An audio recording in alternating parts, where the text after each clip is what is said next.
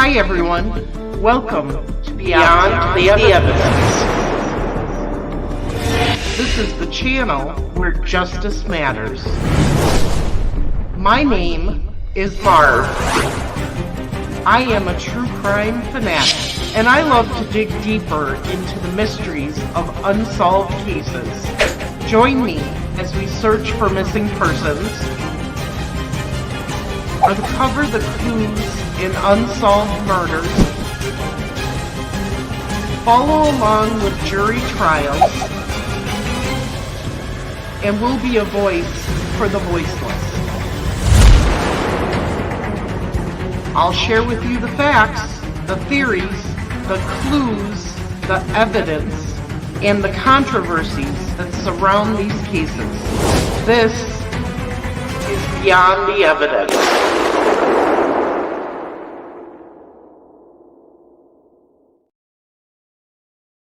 Good afternoon, everyone. Welcome back to Beyond the Evidence. I'm Marv, your host. We are going to do part 2 of day 1 trial.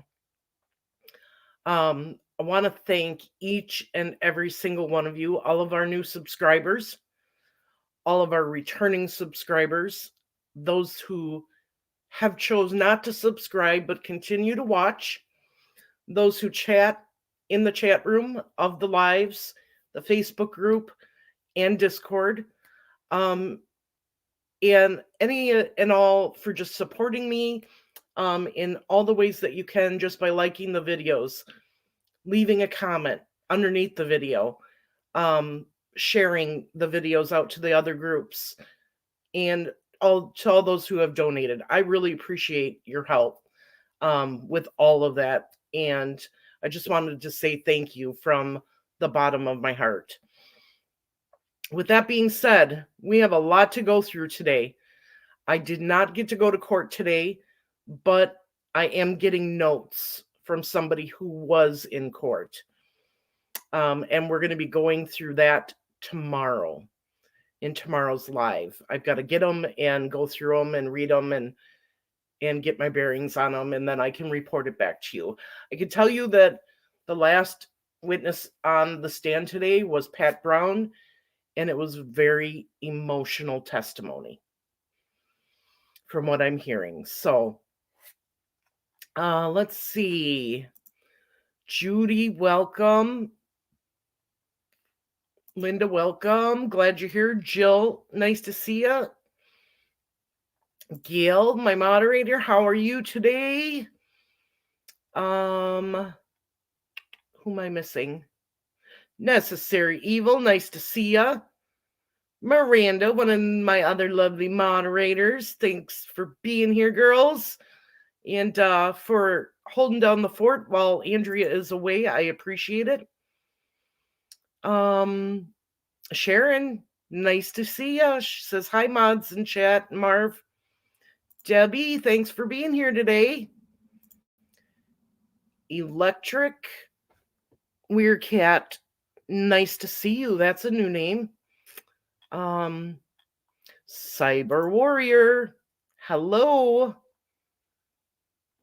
I think I got everyone. If I missed anyone, sorry about that. But that's who's popped up in the chat so far. Okay. Day 1 of trial. Marv, are you feeling better today? Yes, I got some sleep and some rest, and I'm feeling good today. Found you on JLR's. Thanks for your hard work. Oh, I am so glad you guys found me. I've noticed that a lot of JLR's audience has been popping in, so I'm glad that you're all here. Welcome. Okay, second witness of day 1 was Kelsey. We all know her by Kelsey German, but it's Kelsi Siebert since she got married. Her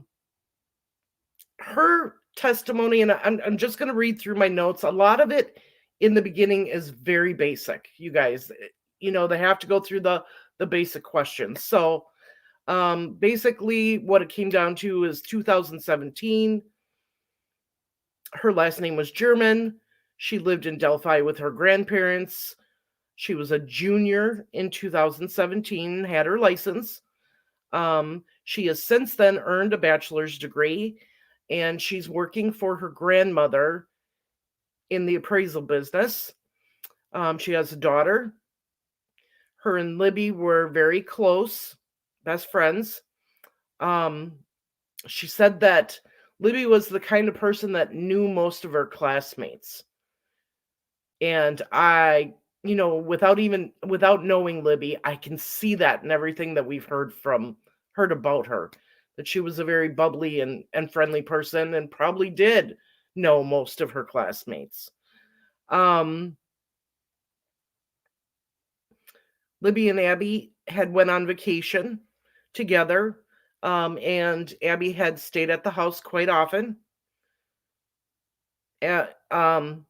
Abby did not have a phone. She used Libby's phone, and that was said by Becky Patty also, by Becky, and prosecution or defense. Prosecution said that in their opening. She was very brave. And I'm talking about Libby now. Libby was very brave.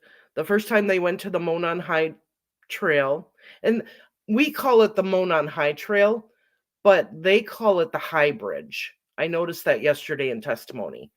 They call it the High Bridge. And so she said the first time that Kelsey and Libby went, Libby had to force Kelsey to go across. And the bridge is very, very high and scary and dangerous. She said that in order to get across the gaps in the flooring, in the boards in the floor of the bridge, she actually had to crawl on her hands and knees across them the first time, while Libby just walked across them.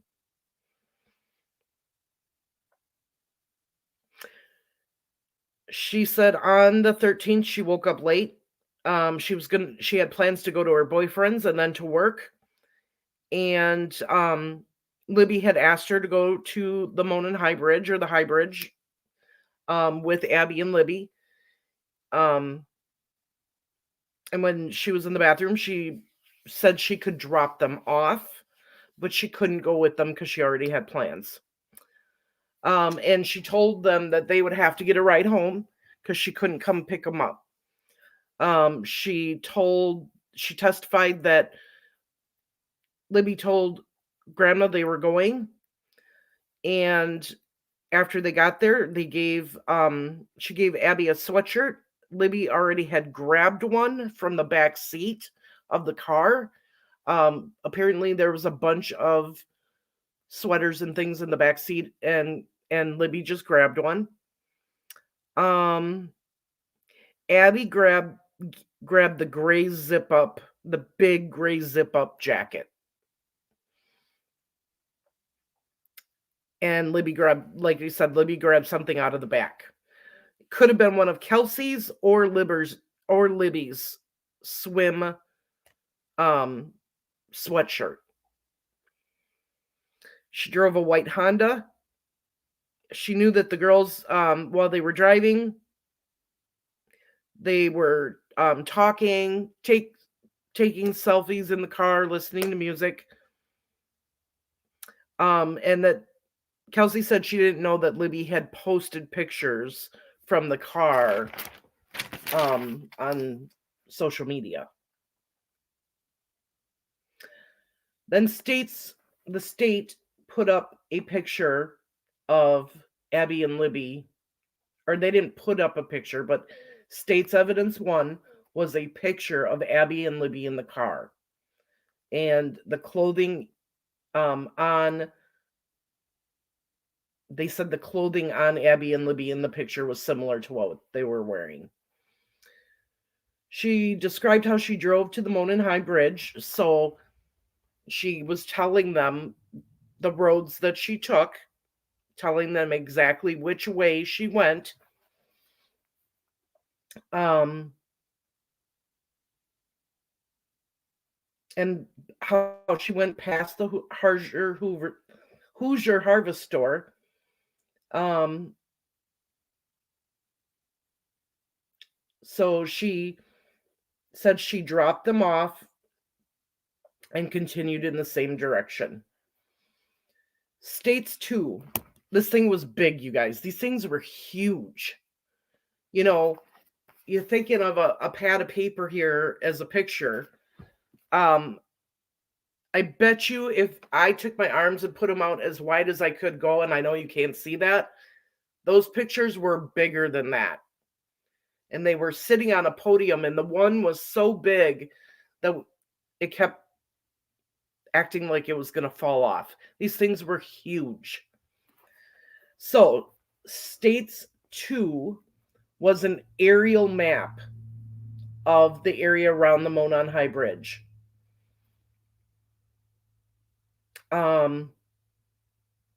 It depicted the Mears entrance, the path that Kelsey would have drove from the Mears entrance, driving on to her destination. They had Kelsey step off the stand and show the roads on the actual map that she took and the directions that she took. She took her finger and she showed the path on the big map and the road she traveled. She pointed out the Mears entrance. She pointed out the trail on the map.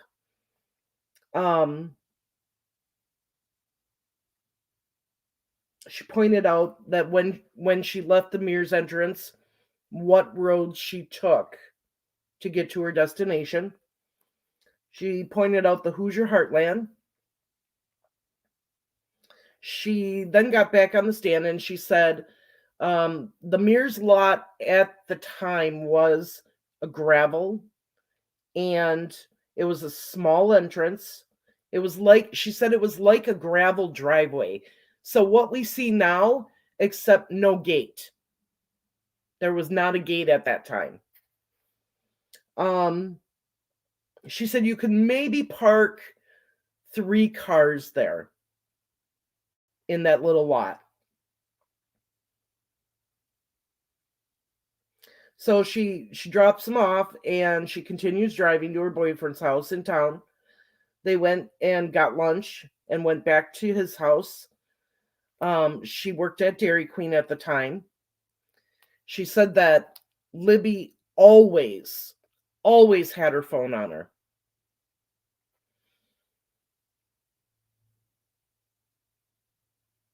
She said after 4 p.m.,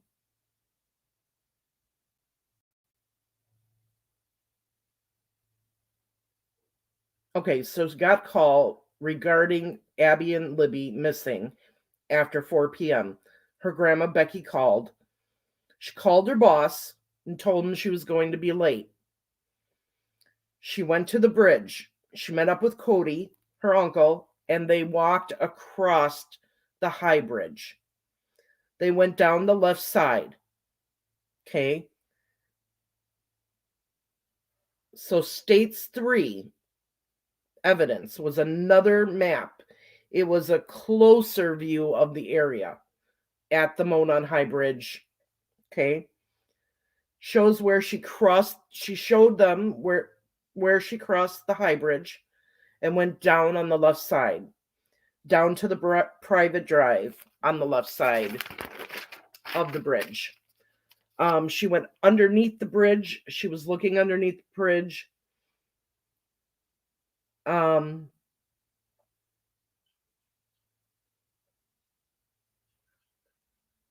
She went down to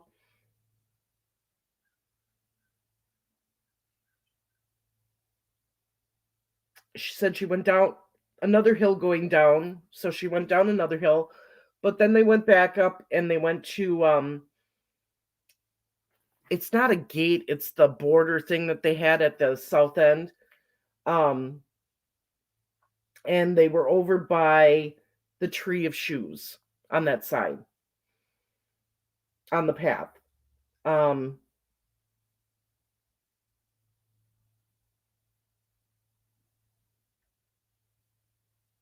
Then they went back towards the southwest, going towards Abby's house, because they thought maybe the girls had walked back to Abby's house.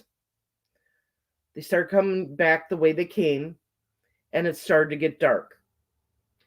Now, she did explain she didn't think anything bad happened. She wasn't concerned at that time. She said that her and Libby communicated via Snapchat sometimes. Then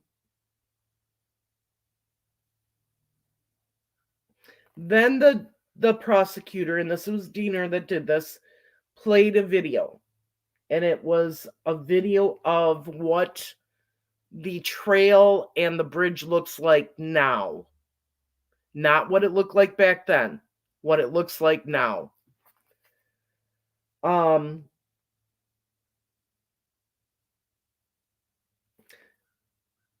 Kelsey stated that this does not accurately depict what the trail looked like back then, because it's a video of the trail now. The bridge has been remodeled. It's got new floor and rails, and at the time, the floor was completely old and missing rails, and there was no side rails on it like it is now. The original bridge was more rotten. Now, I couldn't see this, but it's where I was, I couldn't see the TV. But from what I could gather due to the questions, this video showed the Mears entrance.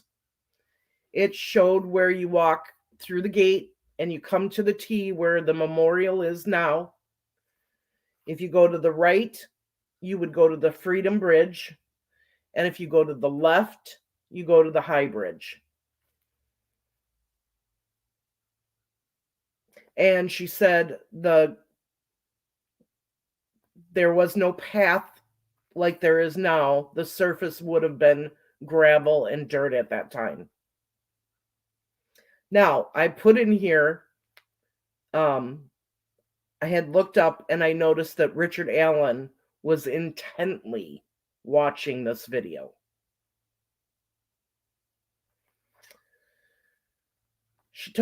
Kelsey told the jury that the area by the bridge had been improved, that at the time there was no side rails, the floor rails had been replaced, and there's like a little pavilion stand at the bridge now, and she said that was not there at the time. She showed them where the barrier would have been. They stopped the video in certain places, and she showed them where the barrier would have been. She said at the south end of the bridge, there was a space from the bridge to the ground, and you had to step down. And I know exactly what she's talking about, because there was. If you go off to the left side, there's a little bit drop, and you had to step down. And it had a barrier at the end, no side rails.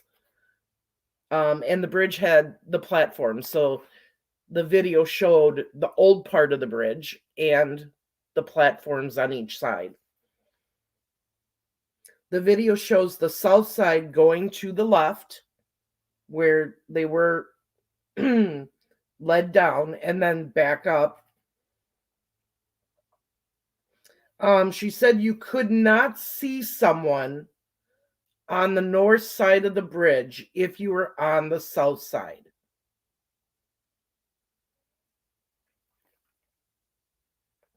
Then they asked her to describe Snapchat to the jury. She said you can take a pic and you can download it for free to your phone if you want. Or you could send text.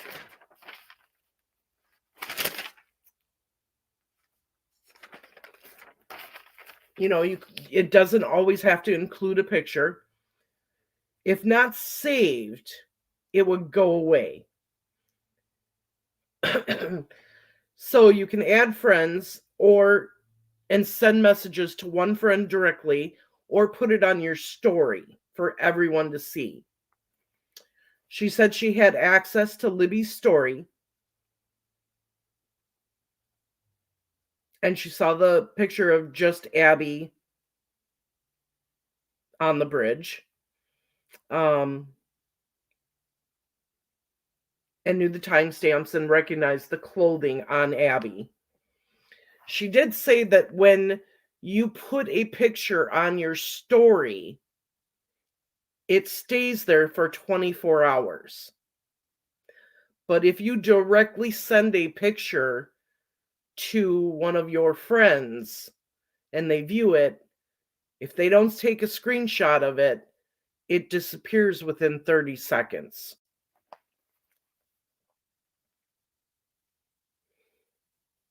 And she did say that if a person takes a screenshot of your photo, of your image, the person that put the photo on there is notified that someone took a screenshot.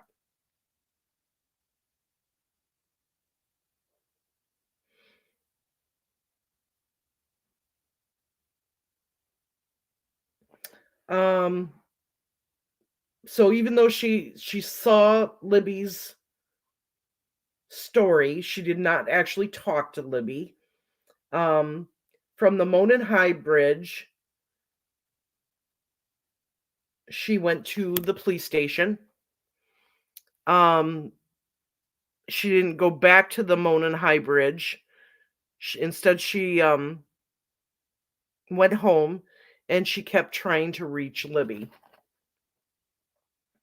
The next day, she went out. This would have been on the 14th. She searched with the group at the High Bridge.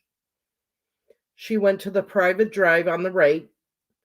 They completed their search area, and on the way back, people were yelling at her.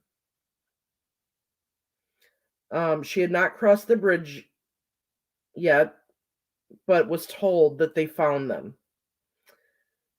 She went to her grandparents. Her grandpa had been searching on an ATV.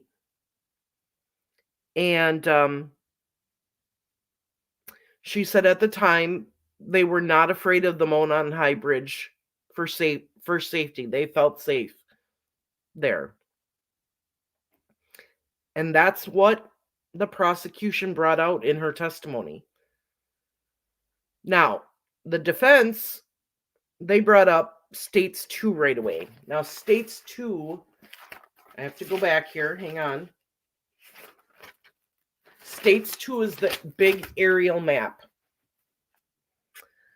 So once again, Baldwin wanted to establish where the Mears lot is from the Harvest store. So she showed him where the Mears lot was from the Harvest store. She said she went by the Mears, then she went by the Harvest store because he had it backwards. He said, okay, so you passed the Harvest store and went to the Mears lot. And she said, no, I went to the Mears lot. I just pulled in far enough to drop them off, and I pulled out and continued on my way past the Hoosier Harvest store.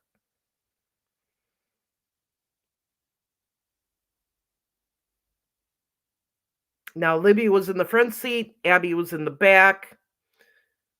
Baldwin asked her specifically, was Libby an outspoken person?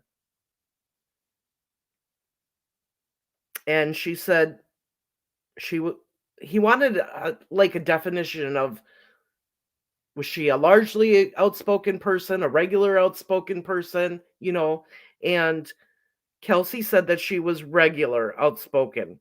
She would stand up for others, and they asked her what kind of voice Libby had.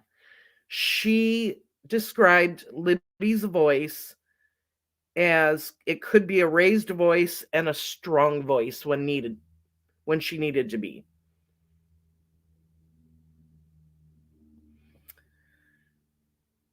Um, at 4 p.m., she was advised the girls went missing because he asked her that again, and that she searched after 4 p.m. when she had gotten to the bridge. He asked her about Cody, and she said she connected with Cody, and they both went to the bridge to search.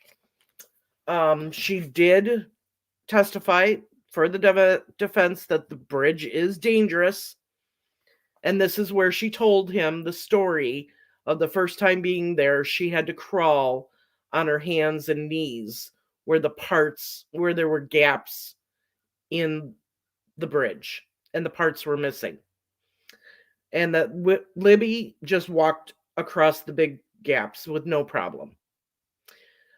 She did testify that you could not run across the bridge because it was too dangerous. And then this is when he specifically asked her about Snapchat and how it works as far as the time where your posts stay on Snapchat. And she testified that if you put it on the story, it stays there for 24 hours. If you do a personal message to an individual, it stays for 30 seconds. She testified that she had seen the image of Abby on Libby's story because he asked her that again. And it was the photo of Libby, who was on the south side, taking a picture of Abby on zooming down the north side. Then Defense A brought in a picture. Now, I couldn't see the picture, because it was just a regular piece of paper with a picture on it. Kelsey testified that it's not very far. The picture of Abby is not very far on the bridge. About a fourth in, you can still see the water. And that's how she knew about where Abby was on the bridge. It accurately describes the picture seen on Libby's story.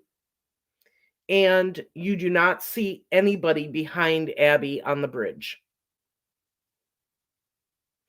She testified that she saw a couple of friends on the bridge when she was searching. She said that people being on the bridge is common in that area, especially with the teenagers. And she testified that Libby took the new swim sweatshirt out of the car. And he asked her how hair could have gotten on that sweatshirt. And she said, because it was new, we washed it. So hair could have gotten on the sweatshirt from the washing machine or the dryer. Then he asked her if she had then he asked her if 2 days ago they asked her to provide DNA, and I have a note here on a different page. Hang on one second. Oh, he asked her if this was the first time she had given DNA, and she said no, this was not the first time that she had given DNA to the police. And that was the end of her testimony.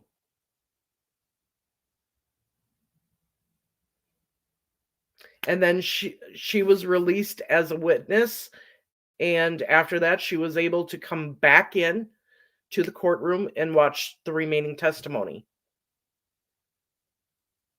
So if you think about it, I mean, her testimony is everything we've heard in the past. Libby asking her to go to the bridge, she said no.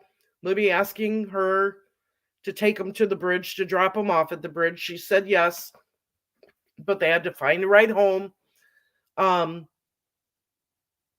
about how she went out and she searched and where she searched the 2 days. And the big thing was, I think the biggest information we got out of Kelsey yesterday was the information about Snapchat and how if you send a personal message, it lasts 30 seconds. If you put it on your story, it lasts 24 hours. And then the other biggest information is the fact that Libby took the new swim sweatshirt out of the car and that it had been washed previously before they wore it.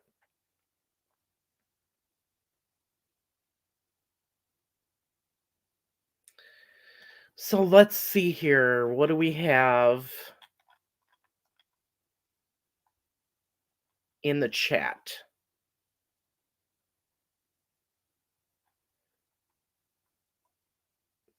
Bud, be nice or I'll block you. That's all I got to say.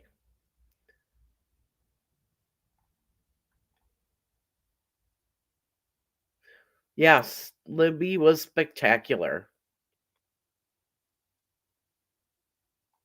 Stacy, hello Marv, for everything you do for the others. Thank you. How does this guy keep getting back in here?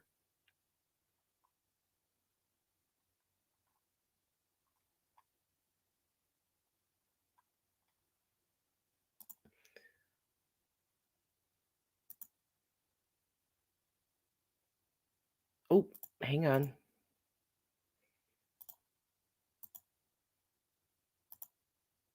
Okay. I didn't see it, but he's gone. Hey Marv, or hey Ruckus, how you doing?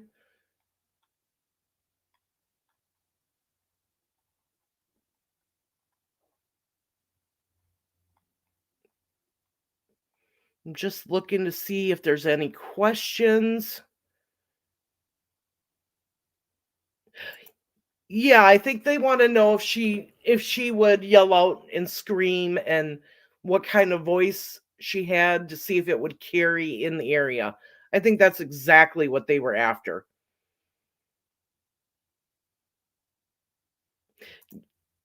Yes, they didn't. None of I was shocked that the prosecution and the defense haven't said anything on that yet, but it does show that the individual was very familiar with this area.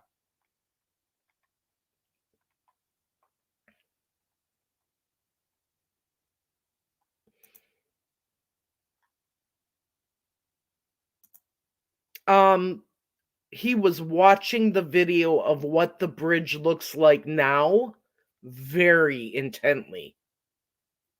He didn't his eyes did not leave that screen, that TV monitor. He was very fascinated with what that area looks like now.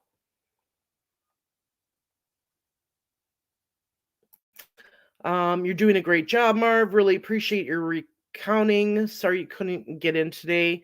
I am too, but at least I'm getting notes from somebody, so that'll be good.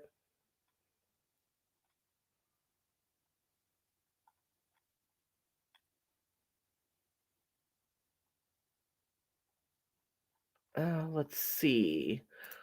Found your channel the other day. Thanks to Frank Meister. Thanks for sitting in court and reporting back to us. Kind of archaic, yeah. But it's Gull's show. It is Gull's show, but I think right now she's doing the best that she can. Okay. This is the testimony that I was dying to hear, you guys. This is the one I almost didn't make it into the afternoon session for. We have all been waiting to hear from Derek German, Libby's father, for 8 years. Well, yesterday, we finally heard from him. And let me tell you the things that I thought I knew about that day with Derek German. You'll see. You'll see. So let's get started on his testimony. He testified that he grew up and graduated in Delphi, lived with his parents and his daughter, had a part-time job, and also helped his mom with her business. He took pictures for his mom's business. He has done lots of running for Libby. She would forget things and text him and say, "Hey, Dad, can you bring this to school? I forgot it." Or, "Dad, I forgot that this was going on. Can you come pick me up?" So they were constantly running for Libby. Libby had a very active life. He testified that Libby was in swim, soccer, band, volleyball, softball, that he would bring her swimming suits when she forgot it and other stuff to school. That she would text him. He said that he knew some of her friends and that he definitely knew Abby. They spent lots of time together, the three of them. He would take them back and forth, pick them up. Abby had spent the night. In fact, the day before, so Sunday, he picked up Libby from a friend's house, and then he went and picked up Abby and took them back to the house so that they could have their sleepover. February 13th. He said that morning they woke up and he made potato pancakes.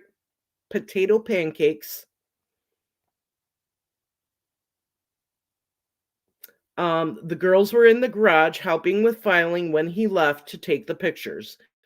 He had to go to Frankfurt, and there was 18 houses that he needed to take pictures of for his mom. Halfway to Frankfurt, he got a call asking to pick them up at the High Bridge on his way back. He said at that time he had never been back on the trails, that he had only dropped Kelsey off at that area. He had never went walking back there. Never.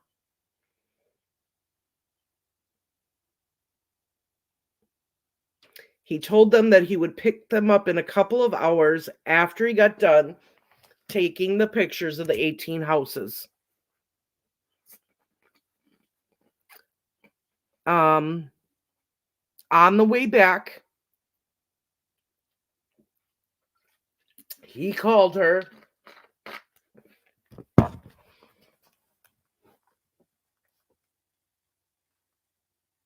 when he was a couple minutes away. There was no answer. He called again. He got to the mirrors and saw that there was other cars parked at the entrance. He called her again. He walked down the trail and came upon a man and asked them if he had seen the girls. The man was by himself. Later on, he realized after they had found the girls that this man was Dave McCain.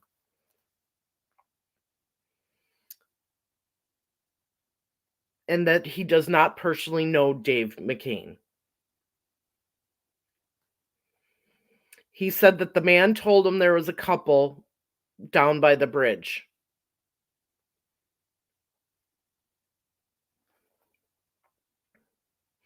He said he walked towards the water. He was asked about what time he crossed Wilson's Bridge, and he said 3:11. And then they asked him what time he got to the Mears entrance, and he said about 3:15. He said he didn't see anybody when he was walking towards the water, so he turned around and he went towards the Freedom Bridge. He tried calling Libby again throughout that time. He said at the time that he had a Subaru station wagon that was white. He said when he didn't find him, he went back to the car. He called his mom and went back to the car.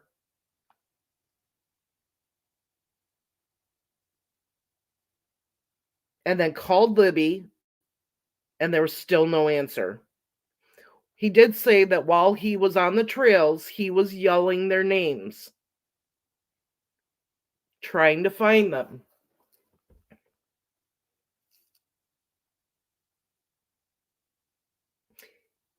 He said he sat in the car for about 15 minutes trying to call her, trying to get a hold of her, and then he walked to the high bridge.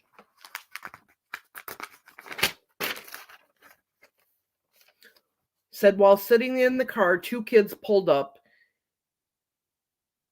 and he had seen them.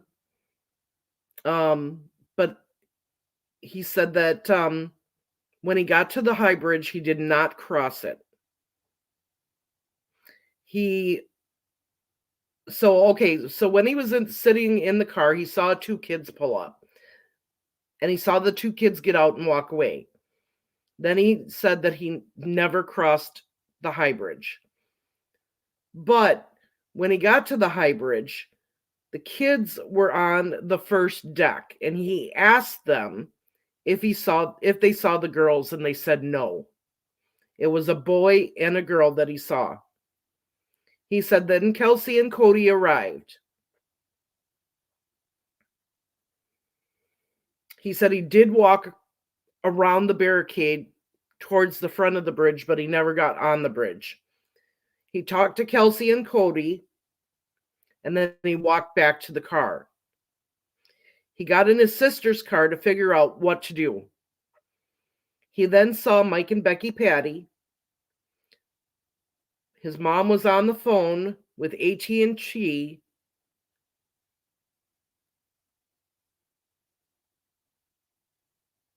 And when he was in that area, when he was in the Mears lot, it was full because there was two cars and two ATVs. So Becky Patty, when she arrived, actually had to park across the street in the ditch. They went back on the trails and continued looking. The cops showed up, went to police station, did what they needed to do. He said he then drove around town looking for the girls. He went to some different parts of trails and the canal. He then went back to the high bridge, walked to the high bridge, and he went into the woods on the left-hand side and started to search the woods. So all this time, from what I'm going to stop here because this next part is going to be big. All of this time, when I've heard supposedly what Derek did and said that day, no one ever mentioned that this man searched for these girls. Okay? I can tell you that that is absolutely false. And this is why.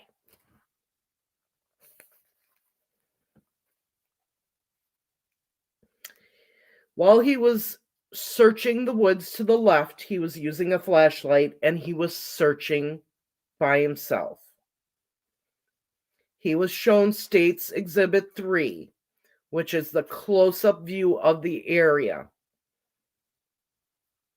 He showed him where the high bridge area was. He pointed to the area on the map. He shows where he left the trail, okay, and where he walked on the left side.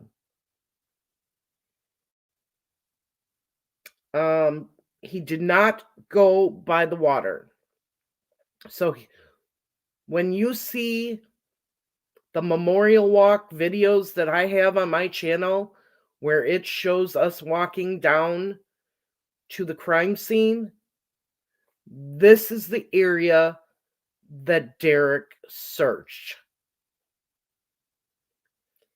He said he got to the ravine,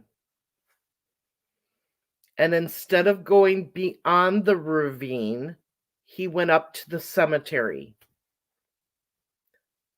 I thank God that he did not go across the ravine and 100 feet from the ravine, because he would have found the girls himself. That is how close Derek was.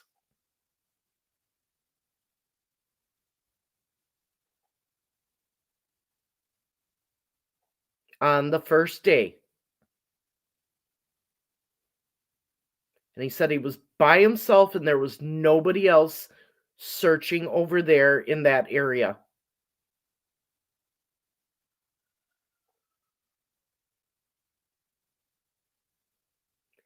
Now, if any of you have seen pictures of Derek German, he is a very large man.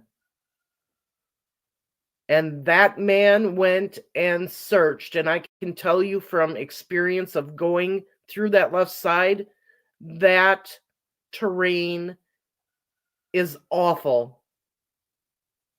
You're going down steep hills, going up steep hills.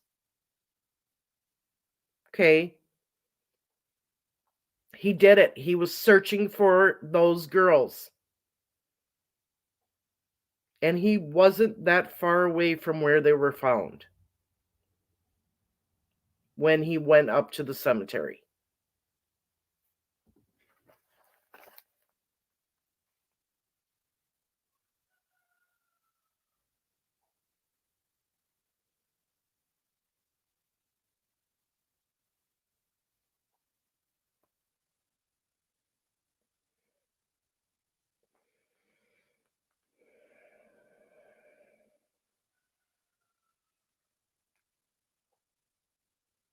So he said at the time that he was searching with the flashlight in that area, you could only see 10 feet in front of you. So wherever you were pointing that light, you could see 10 feet in front of you.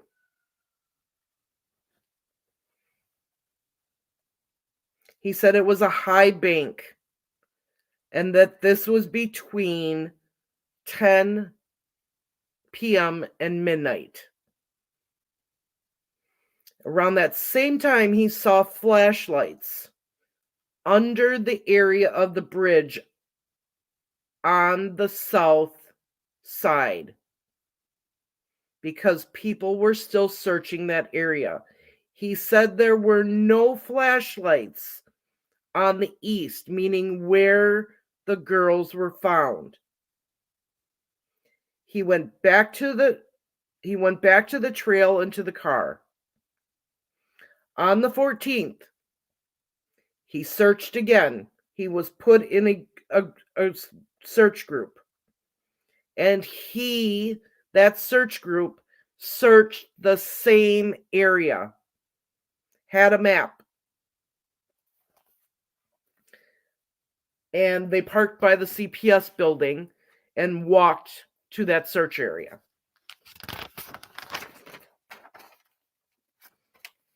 Said they walked the road, searched the woods, by the land, by the road, stayed by the field, down to the ravine, and walked back.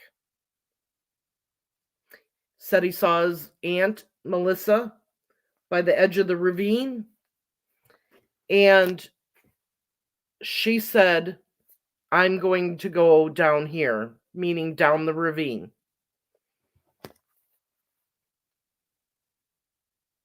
And he said, okay, we're going back up here. He said when he got back to the entrance, he could hear Becky screaming. His aunt came running out of the trail, and eventually, a few minutes later, he saw 12 police cars and the coroner. So once again, he said he knew something was wrong when he heard his mom screaming and was looking around, and then he saw the coroner van. So once again, another family member searching found out that those girls were not alive by seeing the coroner van.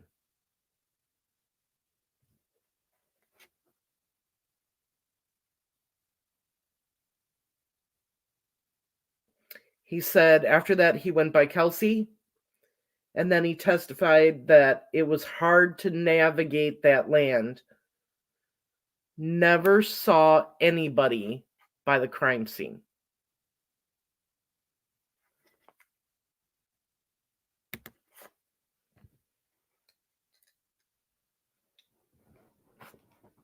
So I'm going to read your comments and then we'll get to the defense's questions here in a minute.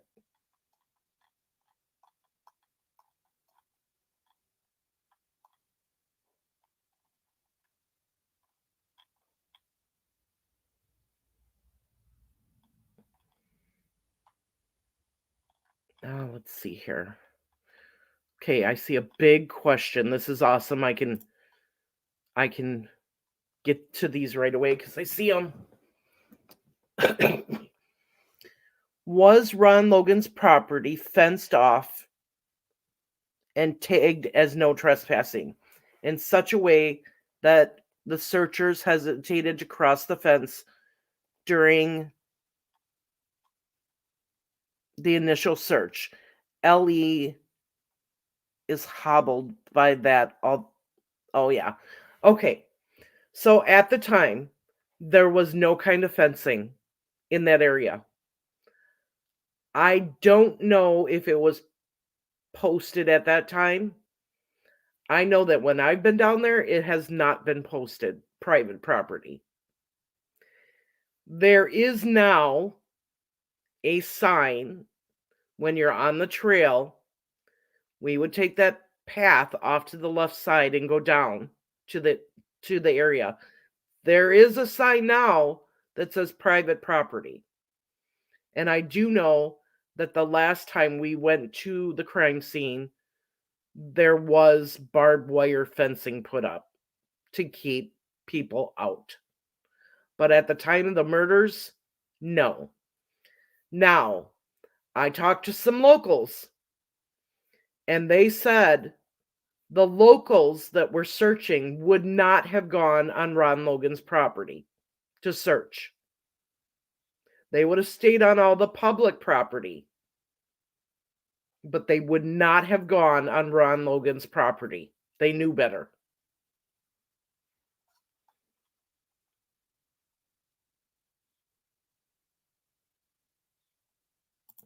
He said potato pancakes. Yes, Dave McCain is flannel shirt guy.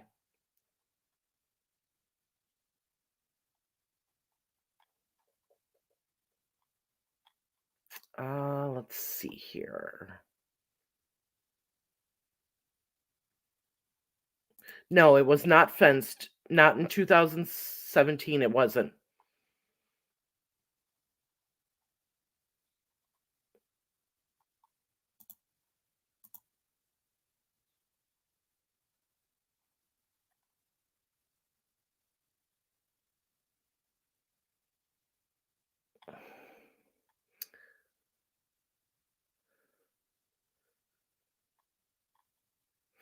Oh, okay, so you had known that he searched. I had never heard that before.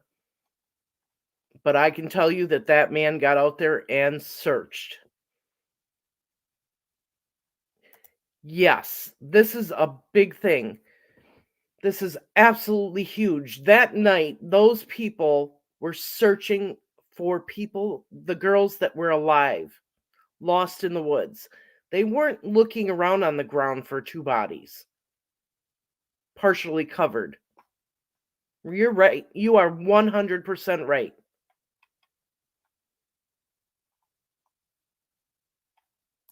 Yes, he was not very far away at all.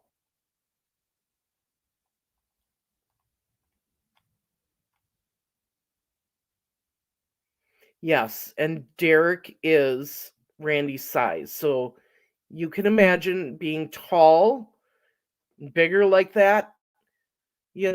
I'm small and, well, medium, and I have a hard time on that.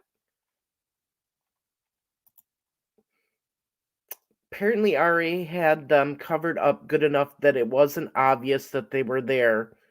There's the reason Ari took off and left the scene. The yelling and searching on that afternoon. Yeah, because he said he was out there yelling their names. Everywhere he went and was looking, he was yelling their names. Yes, I'm so glad that we have that footage now. Because we can't get back there anymore. They didn't talk about this, but I can just imagine knowing how close he was that night. It's just got to kill him. My heart goes out to him.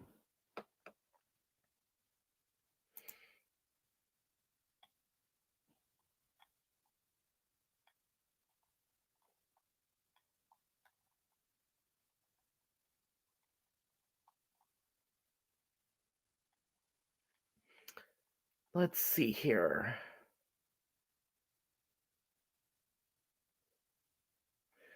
Yeah, I know. Of course he's gonna search, but throughout the years when people talk about Derek, they don't mention that. They mention him sitting in the car, talking to his sister, This man did whatever he could to find his daughter and her best friend.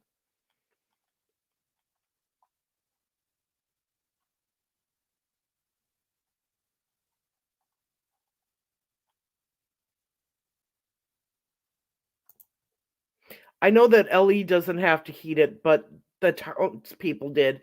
And if you remember, Ellie called off their part of the search because it was too dangerous. Yet there was still townspeople out there all night searching. But I can understand why they didn't go on Ron Logan's property.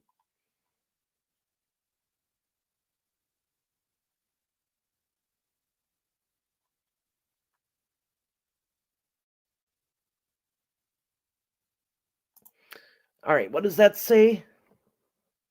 At the time, there was. What did you mean to type there? Something signs on Ron's land.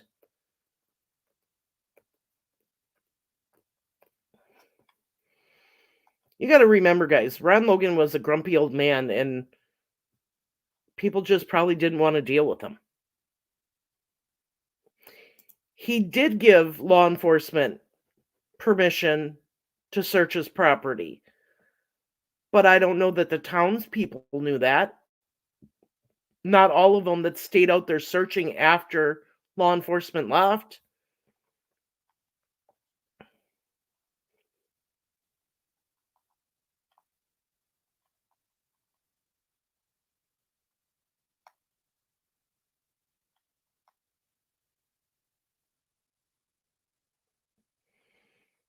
Let's see here. Welcome, Indy, Cindy. Glad you're here.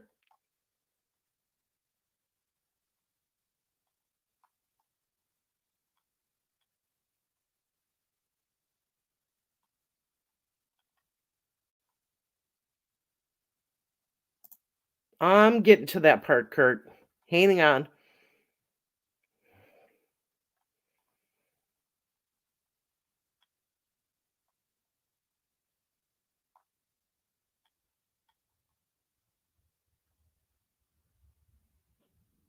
Yeah, people put signs up all the time, and people still don't pay any attention to them and go where they want. So, in the defense's opening yesterday, they talked about the hair in Abby's hand. And they said that it is a female hair and that it was probably from one of Libby's relatives. Now, the big stink that they made about this is the fact that the prosecution and law enforcement have not tested that hair yet. So they've had it all this time with a root on it, and they have not tested it. Up until 2 days ago, they requested DNA from Kelsey again, and she testified that she gave it, and it wasn't the first time she had given them their DNA.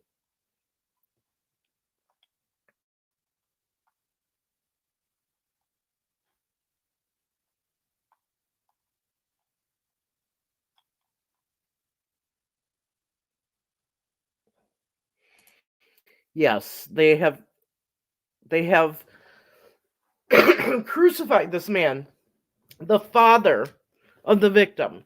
They have crucified him for 8 years because he hasn't said anything.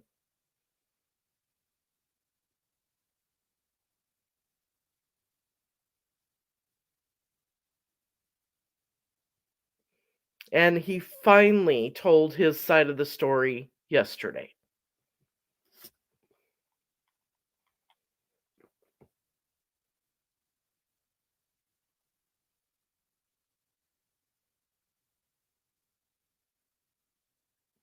So basically, the DNA that they have is from the hair in Abby's hand,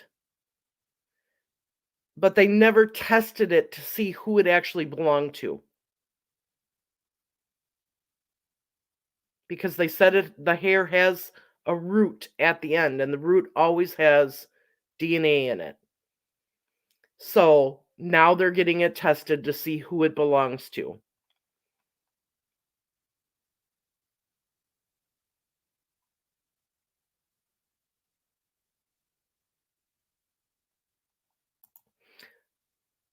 Squeaky wheel? Yes, I absolutely do think so. And I'll explain why. Um, During Nick's opening, that I was not impressed with, he did state that the evidence would show that it was Richard Allen on the bridge, and that we would know how the girls died and why through the confessions, I'm assuming. So after thinking about this, after the live last night, I'm like, okay, what does this prosecution have?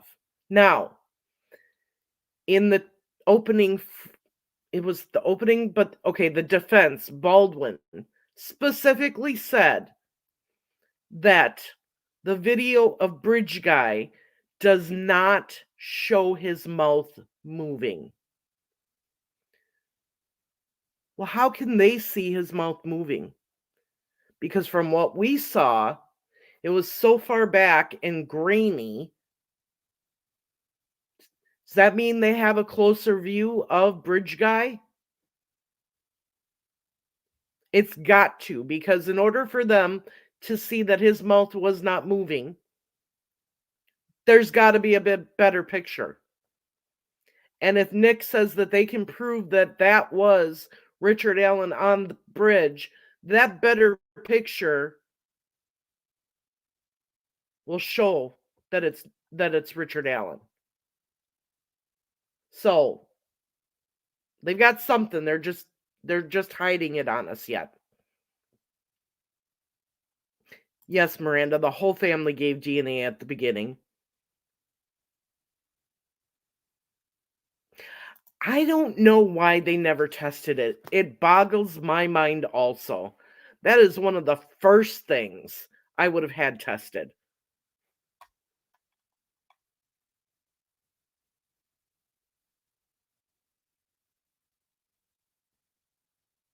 No, I think there's going to be more evidence that they have.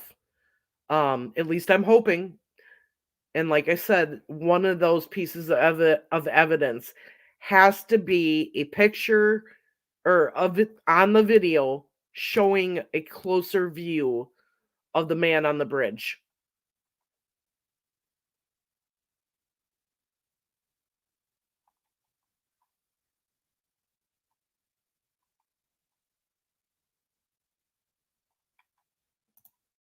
Yes, I agree.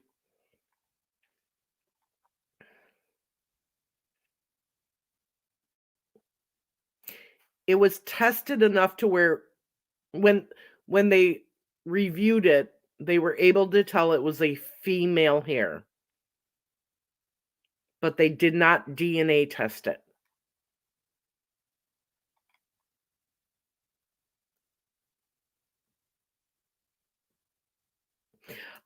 I agree with you, but now this is according to the defense. This is according to Baldwin. Haven't heard anything from McClelland on this yet. That might be coming later. I don't know.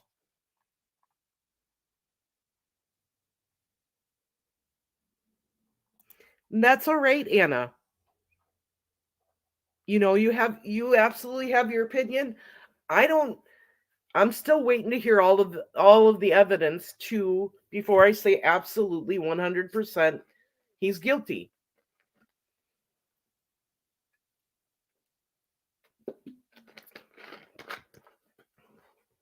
Everyone is allowed their opinion here on this channel. I just ask that if there's differing opinions, that you respect one another's opinions and don't hate and attack for somebody's opinion.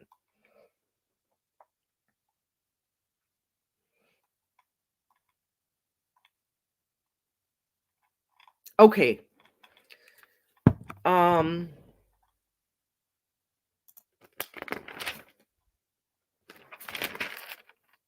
Let's get to Anna's testimony.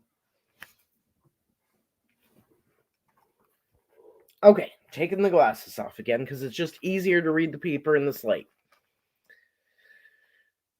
She said that, now this is the testimony of Anna Williams, and Diener is asking her questions. February 2017, she lived in the country. She lived with her mom, her dad, her stepsister, and another person, but I didn't catch who it was. It was hard for me to hear that. Previously, they lived in Michigan, but her dad got transferred to Indiana for his job, and that's why they moved here. She said that Abby had lived there most of her life. She rode the school buses 90% of the time. However, she would have an activity after school. She would walk across the street to her mom's work. She worked in the healthcare field, and she was also a bartender waitress. There was not always a set schedule for her, and that she worked evenings. She said that Abby was kind, helpful, funny, smart, quiet, and reserved. She did fair in school, but she loved reading. She had a small group of friends, but most of her friends were from the sports, the friends that she met during her sports activities. Abby often stayed at other people's houses more than at her own because Anna worked in the evenings. She did not want other kids at the house and have to have the other adults in the house watch them. So out of respect for the other adults, Abby always went to other people's houses most of the time. She was in band and volleyball, and she was supposed to start softball with Libby that year. She did a lot of church activities. Anna testified that Abby did not have a cell phone because right at that time, there was no need for it. She said that she had made the decision that when Abby got into high school and was going to start doing more activities, then she would get her a phone. Anna said that Abby was shy, They specifically asked how she related to adults and how she communicated with adults, and this is where this is coming in. She was shy, and Anna would try to encourage her to talk to more adults. Um, and she would, but she would not go out of her way to communicate with adults.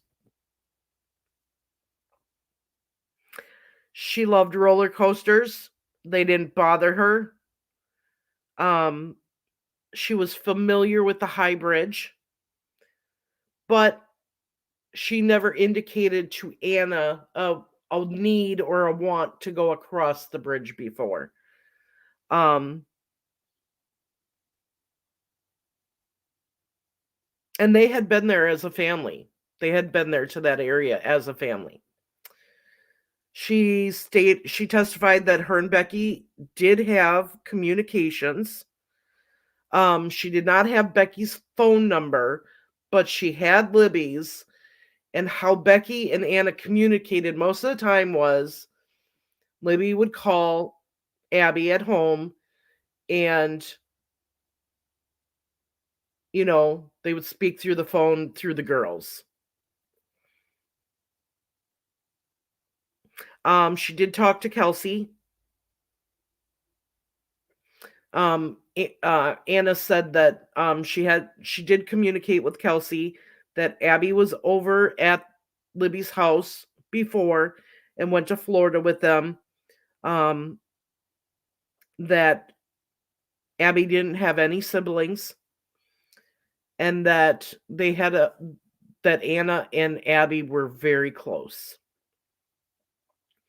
She testified there was no school on February 13th, so Abby spent the night with Libby. And the prior night, she had spent the night with her grandpa. And one of the things that Abby liked to do with her grandpa is go shopping and stay at the hotel with him. Anna saw her on Sunday. They met Libby at the park, spent some time at the park, and Anna actually brought Abby and Libby to her house to get stuff for Abby for the sleepover.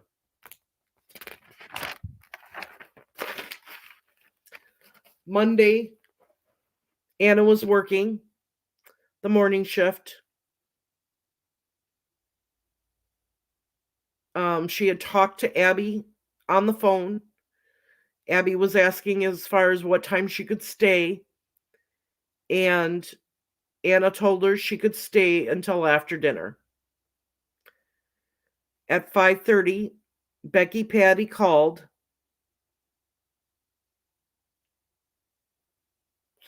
And she said that she didn't get it the first time because she didn't recognize the number. She didn't have Becky Patty's number. So she didn't realize it was Becky Patty's number.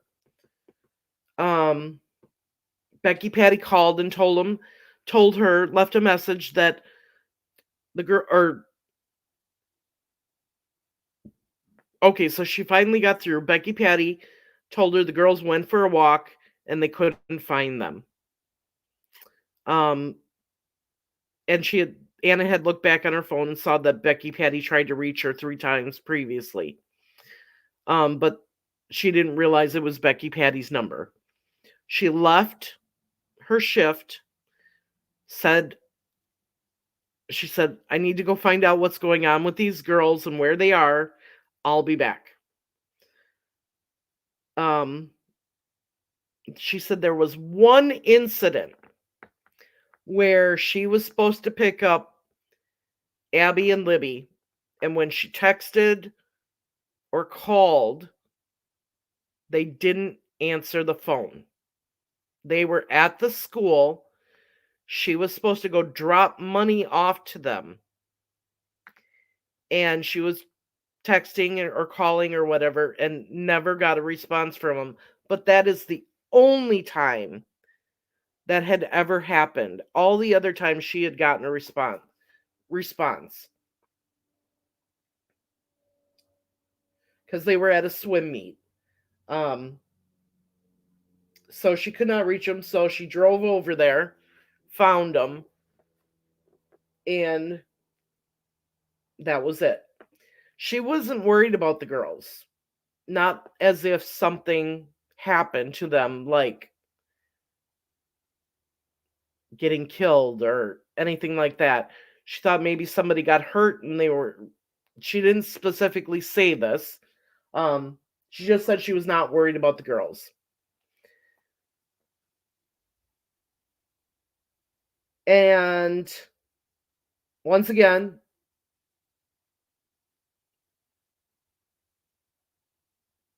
the defense asked, what was Abby's voice like? So she said she was candid and open, and she had a high-pitched voice when she got excited.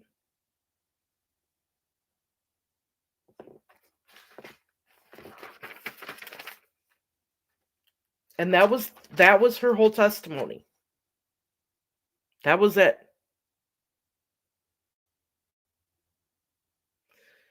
Now, what the defense did do is they asked to take the testimony from, I believe, her deposition and enter it in to the record as offer of proof for third party appeal.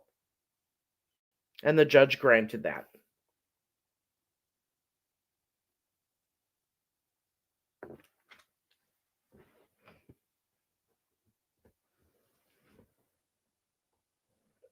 All right.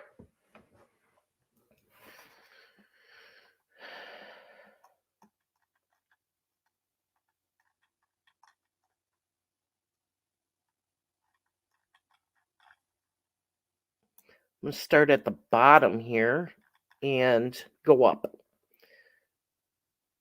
Everybody make sure you hit the like button. Marv is doing a lot of hard work and groundwork for all of us. Let's help bring viewers and subscribers in. Thank you so much. I appreciate it. When you grow up in a small town, life is different. It's just more innocent in a lot of ways, which is what I was trying to state above. And you're right. I grew up in a small town. We went outside from sun up to sundown, and we were away from the house. We weren't always there, so it was just different than today's world. Is there a witness list? No, there is not. Well, there is, but they won't share it with us. So we do not know who's testifying, what order. They rattled off the witness list so fast in Fort Wayne last week. We had a number of us trying to get whatever names or initials we could, and it was just too hard.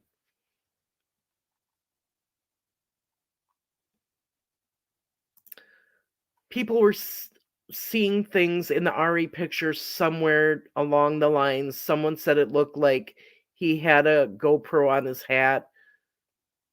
Yeah, I agree. Gonna have to catch the replay. I just got company and I'll catch up in a bit. No problem. We should be looking at the evidence before we pass judgment, but here's what they said during jury selection. It is common nature for an individual to make a presumption of guilt or innocence after hearing just a little bit on a case.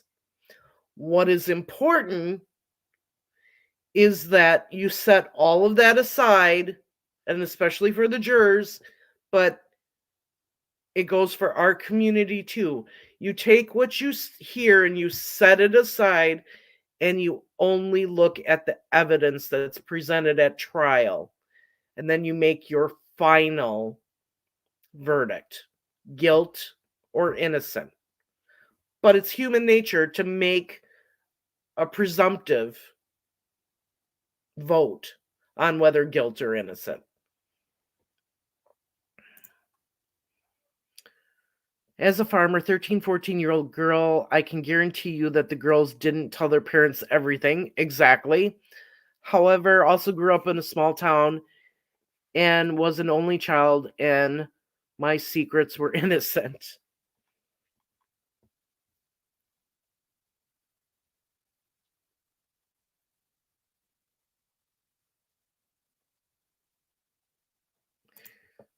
Yeah, because from what the prosecution is saying, um, if he had not been interrupted on the south side of the bridge, he would have had his way with them.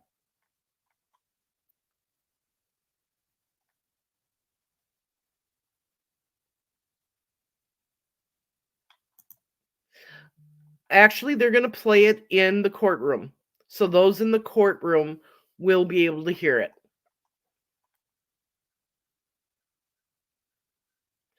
From what we know, the prosecution has approximately 62 to 64 names on their witness list, and the defense has 120. Now, that doesn't mean they're going to call them all, but that's how many they had on their witness list.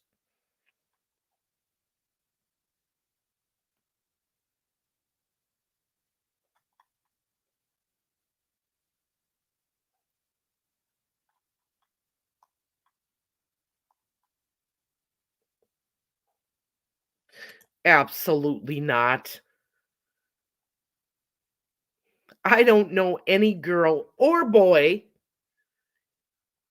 that has told their parents 100% of everything. Absolutely not. And let me just say, I thought Anna did a great job on the stand. She was very confident in her answers. Um, they all look at the jury when they're answering, they're asked to do that.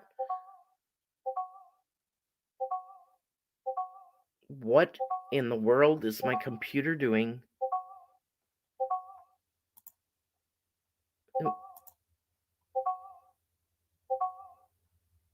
It's making a weird noise, but um she did choke up and cry at times talking about Abby, and I knew she would. Becky did the same thing.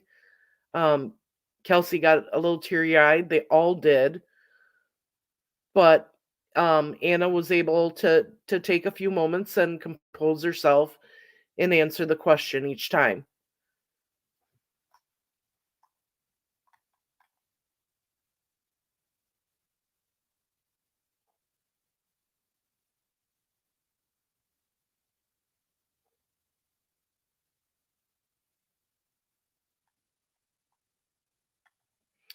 Let's see here.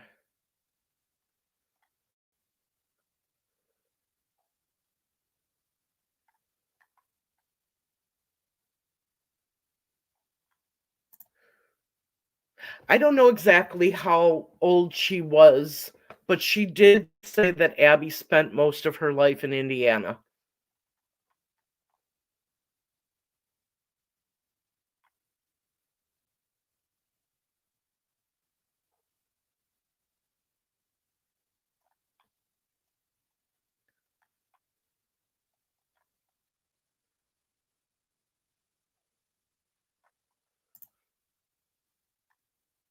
There's a lot of evidence yet to be given.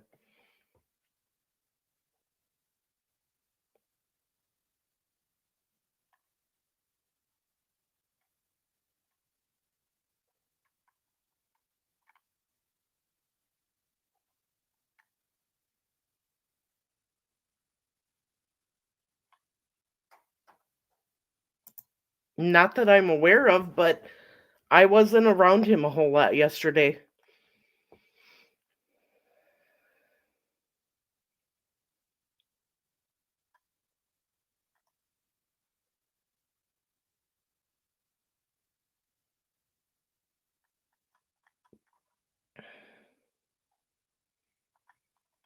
Okay.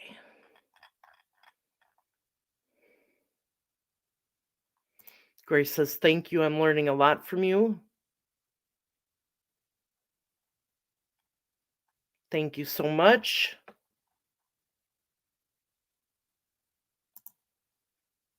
Carrie is an absolutely wonderful woman. I met her in 2022 in Lafayette. We had what we called a March for Justice there, and we had a bunch of families with unsolved murder cases there, and networked, and the community could come out and learn about each case. And Carrie was there, and she's a fantastic lady. And then later on in the afternoon, they went for a march around the town of Lafayette to the college, held up signs, had a bullhorn, everything. And she went on the march and everything with us. She's a fantastic lady.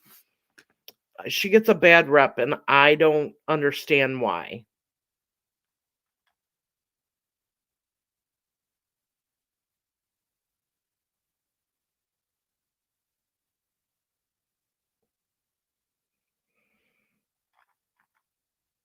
Okay. Let's get back to our last. Actually, I need you guys just to give me a moment. I have to use the restroom, and then we're going to get back to our last witness from day one. So, give me just a minute.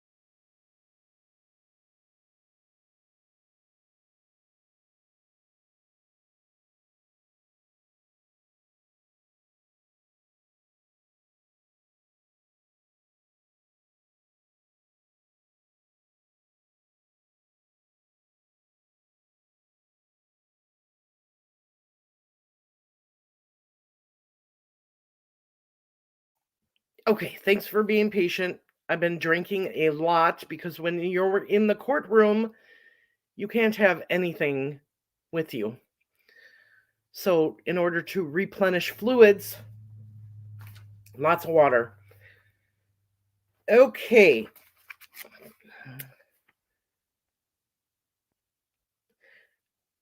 The next was Deputy Mitchel Kafrone. Took me forever to figure out how to spell his name. And when we were walking out of the courtroom, he was walking by, and we actually asked him to spell his name for us. Okay. He's been an officer with them for 12 years.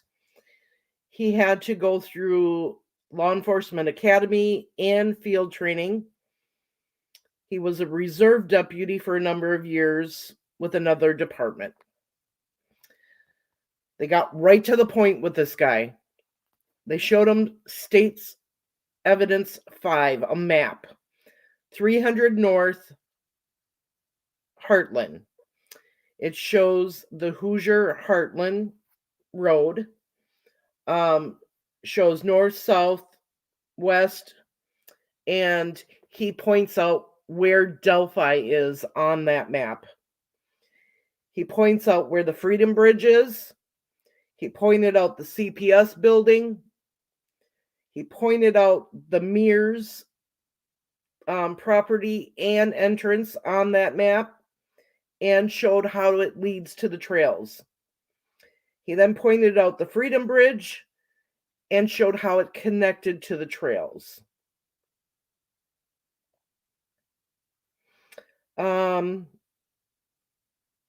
He showed him where Deer Creek was, showed him east of the Monon High Bridge, pointed all that out.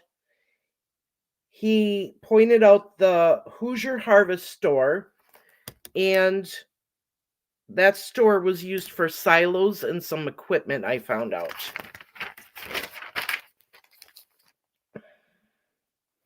Oh, silage and storage sheds.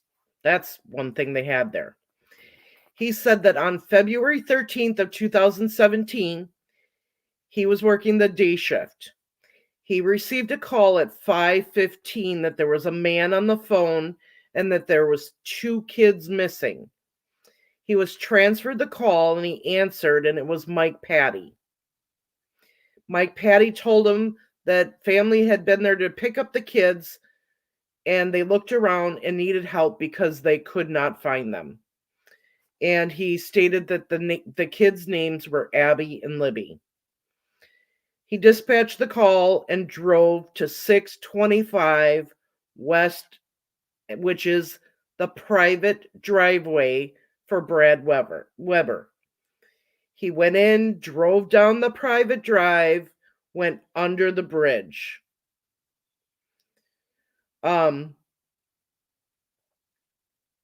He showed him where the Monon High Bridge starts and where it ends, where the end of the trail is, and then across the bridge to the private drive. Northeast water flows upstream, southeast water flows downstream, he said. So he goes under the private, or to the private drive, and goes under the Monon High Bridge. He gets out of his car. He's right under the bridge. He's looking for the girls. Like I said, they thought the girls fell off the bridge. And we're looking for them. He was right by his car. No sirens. No lights. Or yelling.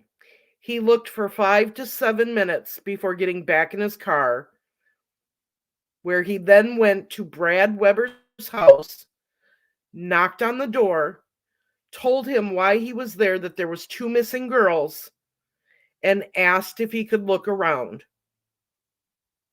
Brad Weber allowed the police to look around on the property. He did say that they did not go in any of the house or the buildings. They were looking around the yard, behind the house, around the house, wherever, for these girls.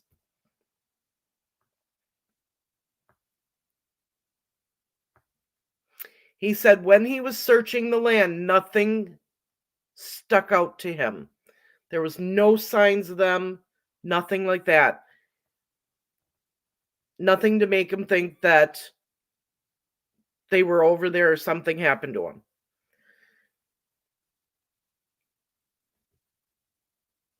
He said he continued down the drive to 625 and went home because his shift ended at 6, and this was about 6:30. As he was driving down the private drive to get out to go back to the road, he continued looking from the car to see if he saw anything. He didn't see anything as he was leaving. He didn't see the girls or anything else that would make him think they were there. The defense asks him some questions. He said at 5:17 the call came in. He left and went to the Monon High Bridge. Between 5:22 and 5:25 is when he left, and it took him 3 minutes to get to the 625 address. He knows the area and wanted to check under the bridge. It was still light out, but it was starting to get dark. There were no leaves on the trees. At 5:47, he gets to the bridge, spent 5 to 7 minutes searching around the bridge. Didn't see or hear anything, drove up the driveway. It was 1/8 mile to the Webbers. Got in the car, continued to look. Can see over on north side, but can't see water due to terrain. That's what he said. There's big drop-offs in the wooded area. He didn't see anything. He told the defense once again that he parked in Weber's driveway. He did not hear anything or see anything getting out of the car. Spoke to Brad Weber a couple of seconds. Did not go into any of the outbuildings. And at 6:15, he advised dispatch to check the trails on by the private property. 6:18, he was checking the private drive. Once again, he reiterated that at 5:47, he was on the right side of the bridge, looking around for 5 to 10 minutes, and then at 6:30, he left. Said he never was on the bridge, and that there's no further trails on the south side. He went home. He knew people were looking for the girls.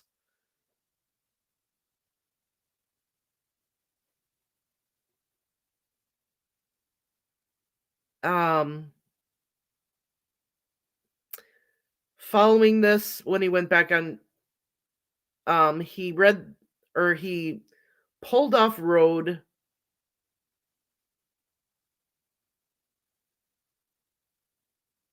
Oh, okay. So he was after this, the next day, he was on the tip line. He was one of them that was doing the tip line. So they received tips and he followed up on them. And he did this for almost a year. And he did say that at that time there was no tips for Richard Allen. Then the defense had said they had questions outside the scope. Do they do them now or recall them later? They had a sidebar. So, in a trial, most times, or actually all the time, the prosecutor will ask the questions. Okay? The defense can only ask questions about the topics and information that the prosecution brought up. So when she said that she had questions outside the scope, she has questions for this officer outside of what the prosecution was talking to him about. So I believe it was decided that they would recall him because all of a sudden Nick McClellan came up and did a redirect. And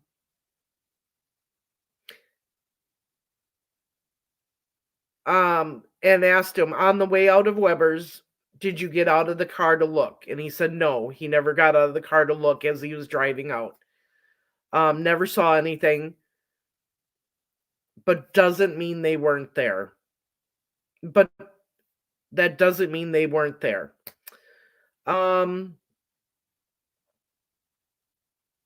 then he just reiterated 5:15, looked around for 5 to 7 minutes. 5:30, looked around again for about 10 minutes. 5:37, go back down Access Road and didn't see anything. Now, this is the first time we got a jury question. Is it common for people to stop and turn around? So I think what the juror was, and the officer answered, I don't know.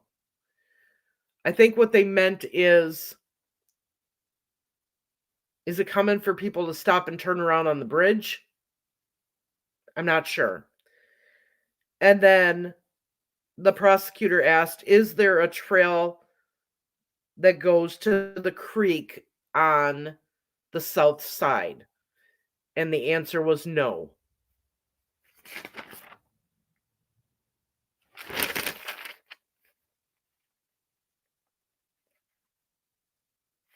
Now, that was the end of his testimony. This is when they admitted the depo for Anna Williams, the deposition that she did earlier, into the record. And then the defense wanted to give the judge Exhibit D. Info not presented at the August hearings for the third-party defense. The judge specifically asked Baldwin, is this brand new evidence? And he said yes.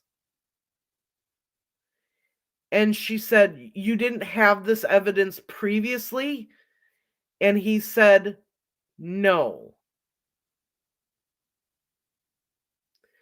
So now she's got to read that because this is their offer of proof with new evidence for their motion to limine, or for the motion to limine, for them to be able to present a third-party defense, which she said she was going to allow them to do. If they had new evidence, they could do an offer of proof to try to bring in their third-party defense. So she has to look at that information and make a decision on it.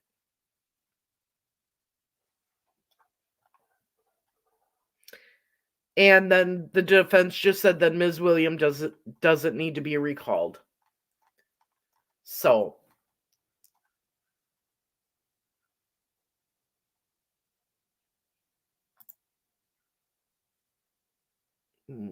for which side, Anne? For the prosecution or the defense? Because the prosecution, it's always been Nick McClelland. He's just brought in Luttrell and Diener to help him out through this. As far as with Richard Allen, his original lawyers were Baldwin and Rozzi. But then the judge took them off the case and they got the other attorneys, but it went to Supreme Court and Supreme Court gave him back his original attorneys. So the only legal team that stepped down was the second legal team after the Supreme Court made their rulings, because he wanted Rozzi and Baldwin. I will do that. I'm sorry.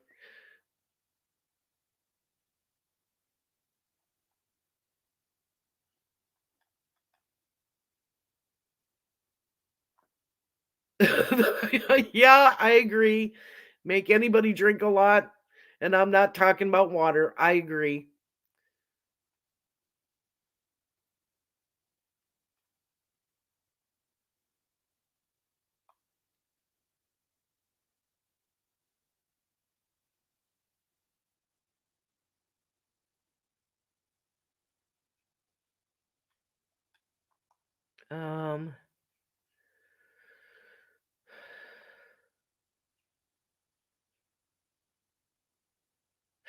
I am too, but I don't know that anybody's really got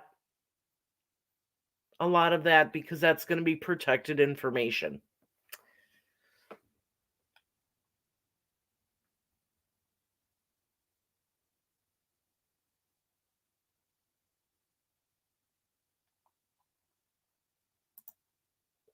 Yes, and Abby was dating Logan Holder, and Brad Holder has been named by the defense as one of the Odinists who they believe had something to do with this.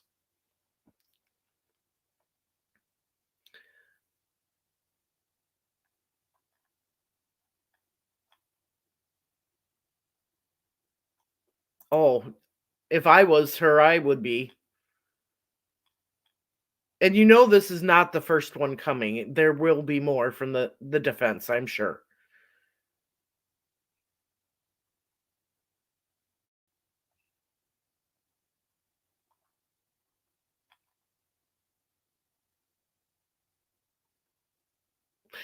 Okay, so Librato did speak. Now, Librato was second set of attorneys. Um, After Rozzi and Baldwin were taken off the case, it was Librato, and I can't remember the other guy's name, but they were his attorneys. And they started working the case, and he did do an interview. So, yes, I know what you're talking about.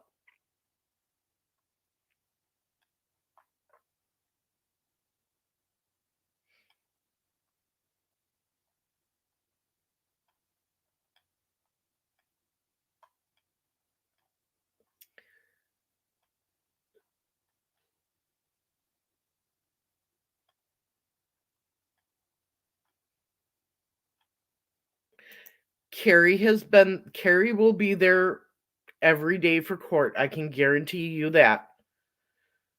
Carrie, there's a bunch of family there because yesterday afternoon, um, I sat behind the family.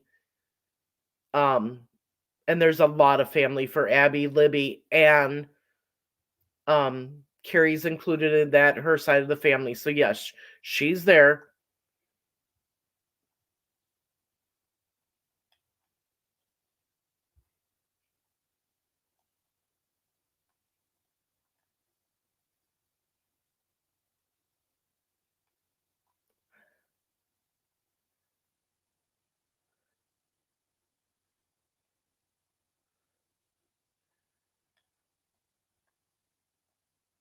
Let's see here. All right, no other questions. Okay, so what we're going to do now is I'm going to end this live stream, and in a half an hour, so what time is it?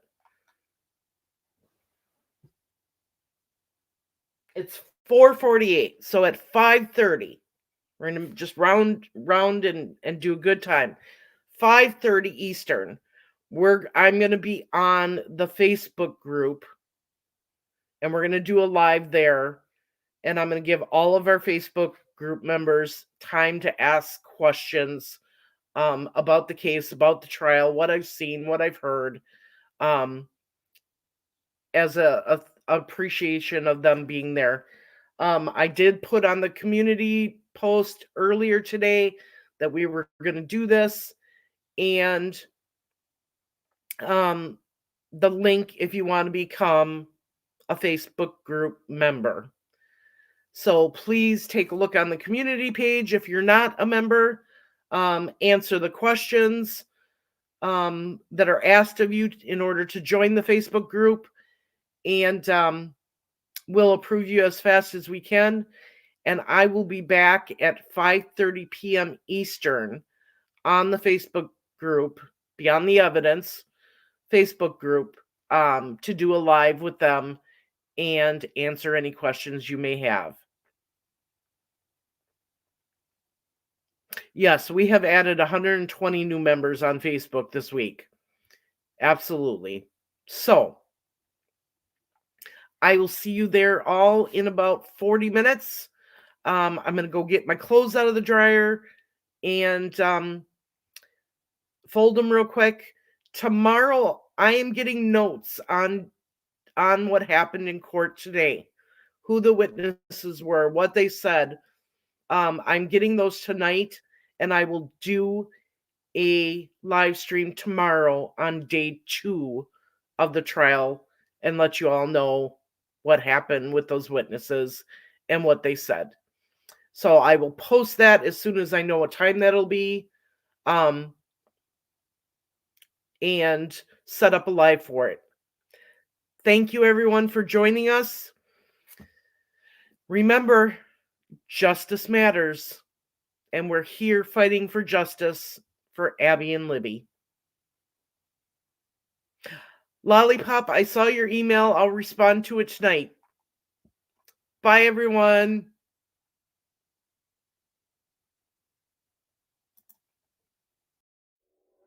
Thank you for watching Beyond the Evidence. Today, I gave you my own opinions and analysis, but I always encourage you to do your own research and form your own conclusions.